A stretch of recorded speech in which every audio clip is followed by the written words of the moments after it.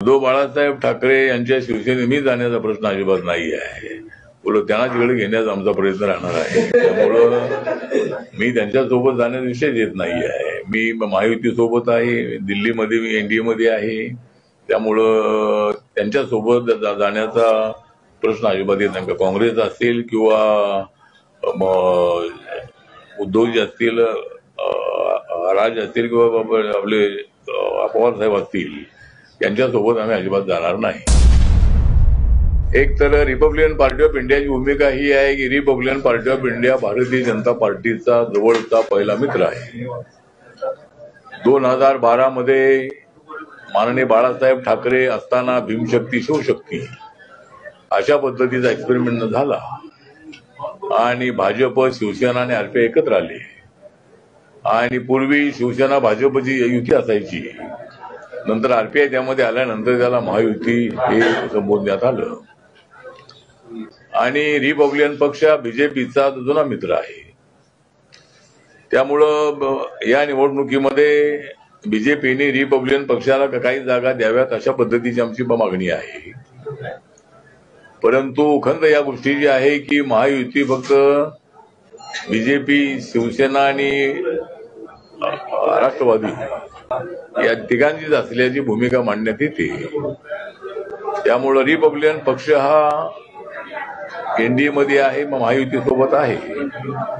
त्यामुळं रिपब्लिकन पक्षाला जागा द्याव्यात अशा पद्धतीची आमची मागणी आहे. अनेक ठिकाणी बोलणी सुरू आहे आणि काही जागा रिपब्लिकन पक्षाला सुटण्याची शक्यता आहे. पण आजच्या बैठकीमधला सूर असा आहे की जर बीजेपीने जागा आपल्याला दिल्या नाही तर काही ठिकाणी स्वबळावर सुद्धा निवडणुका लढण्याची भूमिका कार्यकर्त्यांची आहे. ज्याप्रमाणे बीजेपीला आपला पक्ष वाढवायचा आहे, शिवसेनेला आपला पक्ष वाढवायचा आहे, राष्ट्रवादीला आपला पक्ष वाढवायचा आहे, त्याप्रमाणे मला सुद्धा माझा पक्ष वाढवणं अत्यंत आवश्यक आहे. त्यामुळं स्वबळावर लढण्याची तेवढी आमची ताकद नाही. परंतु जर आम्हाला या निवडणुकीमध्ये भारतीय जनता पक्षाने आम्हाला न्याय द्यावा, मुंबई सारख्या ठिकाणी रिपब्लिकन पक्षाचे एकदा 12 नगरसेवक होते, एकदा 4 नगरसेवक होते, एकदा 1 नगरसेवक होता.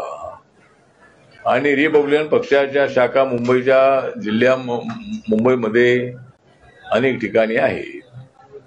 त्यामुळं आम्हाला या निवडणुकीमध्ये भाजप, शिवसेना, राष्ट्रवादी एकत्र येत आहे. तर त्यामध्ये रिपब्लिकन पक्षालाही एक 15 ते 20 जागा द्याव्या अशा पद्धतीची आमची मागणी आहे. नगरपालिकेच्या निवडणुकीमध्ये 1, 2, 3 अशा जागा नगर परिषदेमध्ये द्याव्यात. जिल्हा परिषदेला 3-4 जिल्हा परिषद असतील, 7-8 पंचायत समिती असतील, अशा पद्धतीचा विचार करावा अशा पद्धतीची सूचना कार्यकर्त्यांनी मांडलेली आहे. आणि रिपब्लिकन पक्षाला न्याय मिळेल अशा पद्धतीची अपेक्षा आहे. माननीय देवेंद्र फडणवीस यांनाही मी बोललेलो आहे, नंतरही त्यांना बोलणार आहे. रवींद्र चव्हाण यांच्याशी मी बोलणार आहे.